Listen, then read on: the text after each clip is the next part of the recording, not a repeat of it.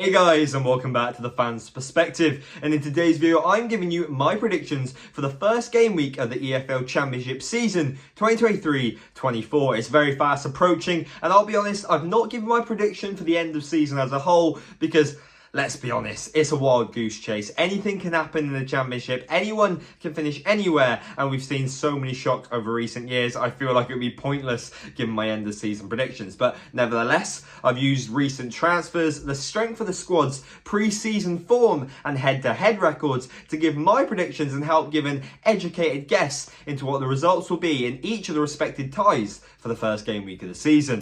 If you do like this sort of content, please can you smash that like button, subscribe to the channel, and hit that notification bell so you know when the video goes live. Drop a comment on what you guys think all the scores will be. And without further ado, let's get into it. We start off with Sheffield Wednesday at home against Southampton. Now, Sheffield Wednesday have had a terrible pre-season and they're having to adapt under life under a new coach. And yes, the manager does have a lot of Championship experience, but he's had no notable signings. Southampton, on the other hand, yes, they've not played amazing football, but in their defence, they have played against some reasonably high-quality opposition. Southampton still have a few key players which, even if they were to sell before this game, they'd get a large amount of income to improve their already very decent squad. But I also think that you'll see a reincarnation of Che Adams this season, especially if you can link up well with Nathan Tella.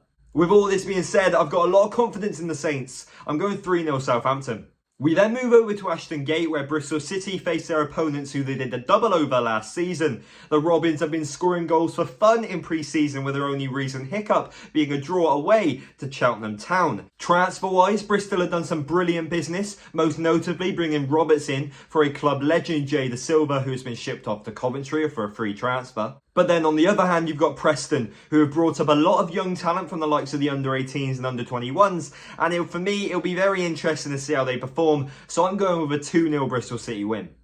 Another team I'm very intrigued by is Blackburn, as they face off at home against West Brom. They lost a lot of big names in this recent window. Most recently, Bradley Dack moving over to the Black Cats. But more importantly, they lost Brereton Diaz. He was their shining light up front. And if they sold him a year ago, granted they had him for an extra season. But I do think about 12 months ago, they could have asked for a very large fee in return for the player. Instead, losing him for absolutely zilch. But what they are doing this season, even without Brereton Diaz, is they are scoring goals. West Brom, not so much. They're having a pretty terrible pre-season. Yes, they can still spend the O'Shea money, and I think I'm only giving them a little bit more of a boost just because I do quite like their manager. I think they can make something work.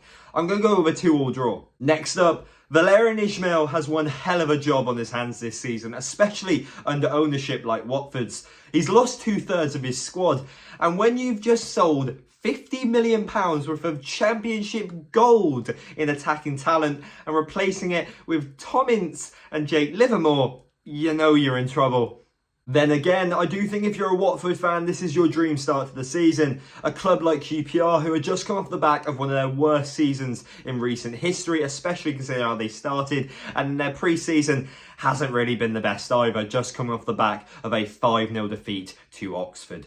The only thing which doesn't make this an absolute whitewash for me is Begovic in goal, because I do actually have quite a lot of belief in the man, so I'm going to go with a 0-0 draw.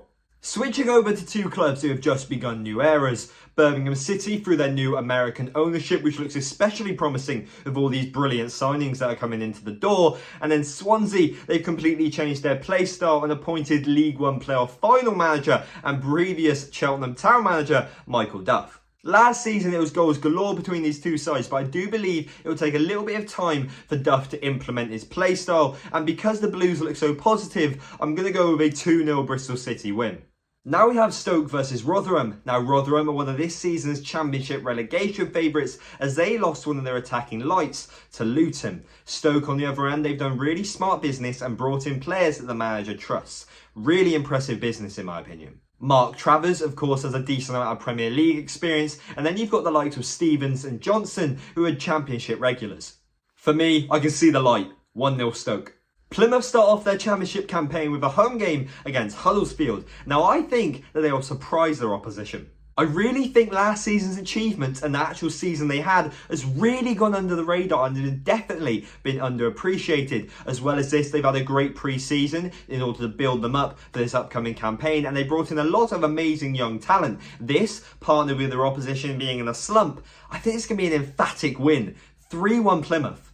Now over to Carrow Road, where Norwich City host the start of their season against Hull City. Now, Norwich are doing amazing work at their youth academy, like always, sending a lot of promising young talent out on loan so they can get minutes. But I really think they need to do more this season in terms of incomings. They brought in a 36-year-old Barnes to replace Pookie, who, yes, he's scored a lot of goals in the Championship, but he's not going to be top goal scorer, and he won't be pushing them for a title, is what I'm trying to say. And they've also brought in Shane Duffy at the back. Now, over the last recent years, he's been on a sharp decline, and it's not something that shines a light into the fans' eyes for hope. Hull, on the other hand, have brought in a lot of killer young loan transfers, and I think this will be a great test for both sides to see how the two sides gel against each other, so I'm going to go with a 1-1 draw. Middlesbrough and Millwall seem to be in the same spot for a variety of things.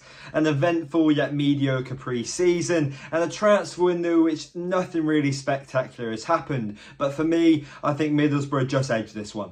The likes of Akpom in attack and Carrick in the dugout are just enough to win it for me, and I'm going to go with a 2-1 Middlesbrough win. Then we have Leicester, who after having a reputation-shattering relegation, start off in one of the worst ways possible, where they've got a bragging rights match against their M69 rivals, Coventry. Coventry have been scoring goals for fun in pre-season, and they've actually done a decent bit of business with the money that they've got in to actually set them up for a pretty decent season. But in all seriousness, they've lost their top goal scorer Guy Carez to Sporting Lisbon, and also Callum Dorr, who had an amazing season at Coventry, who has now actually gone on loan to their opponents and their rivals, Leicester. On the lines of good transfer business, Leicester have brought in £100 million worth of sales. They've also taken a lot of massive wages off their wage bill, and they brought in some Premier League regulars to the Championship to start this new Leicester City era. Coventry, I think they're going to have a great season, like I said, but I just think this talent and power will just completely overpower Coventry in this one. I'm going to go, they're going to put up a fight, 3-2 Leicester. Penultimately, I've got Leeds versus Cardiff. Leeds probably have the best fans in the Championship regardless of how much they are liked, but this window definitely has proposed a lot of questions. The exit door has been a stampede with countless amounts of players leaving the club, but the entrance has been a pitter-patter, and they definitely need to bring in more signings. They've managed to snap up Ethan Ampadu from Chelsea, which I believe is a great young centre-back, and I think he actually has the quality to take Leeds to the very top, the promised land of the Premier League, as long as he can get some players around him. Cardiff, on the other hand, are not in the best spot, but they have brought in boyhood lad Aaron Ramsey, so it's nice to see him back in the English divisions. But me personally, I'm going to say Leeds win clean 2-0, just off the basis, because even though neither of them have had a good pre-season, Leeds have been playing that next level of opposition which should prepare them for any challenges this season. And finally, we go over to the Stadium of Light, where Sunderland host Ipswich. Sunderland will no longer have their star man Diallo this season as he has returned to Manchester United, but they will have a plethora of new young talent, including the likes of Joe Bellingham, who will be hoping to show glimpses of his brother's talent up north. They've signed so many young players, they're making their new signing Bradley Dack look like Master Splinter. They will all be up against Ipswich's new exciting talent, Chelsea and Arsenal youngster Omari Hutchinson. Hutchinson is my shout for Young Player of the Year this season, because I think if he gets the right minutes and he's implemented into the correct system, he can absolutely do wonders this season. On paper, it is a playoff side versus a side that's just been promoted, but do not fall on Ipswich. They have just beaten RB Leipzig in pre-season. I think this will be a great test for both sides, and because of this, I don't think either side are going to come out on top. And for my final score prediction of this game week, I'm going to go with a 1-1 draw. And that is it, guys. Thank you guys so much for watching this video. And if you did enjoy it, if you wouldn't mind smashing that like button, subscribe to the channel and hit that notification bell so you know when a video goes live. I cannot put into words what this new recent channel growth means to me. In the last month, I believe we've gained over 1,300 subscribers and over 1.5 million views on the channel. This obviously including the videos and the shorts if you haven't gone to watch them already. As you guys probably know, we have loads of content content coming up very shortly. Next week, we've got Shrewsbury away. The day after, a Community Shield game. And if you've been keeping up with the announcements, which I do put quite regularly on the channel, we've got a little trip to Anfield coming up next month as well. So much amazing stuff. And not even to mention the other domestic or international ties we'll be going to. If you did like this style of video, I could continue it as a series throughout the season, or even branch out to do it for other leagues, maybe League One, maybe the Premier League, maybe something else you're interested in. Drop a comment down below for anything you guys want, and I'll see you guys in the next one. See ya.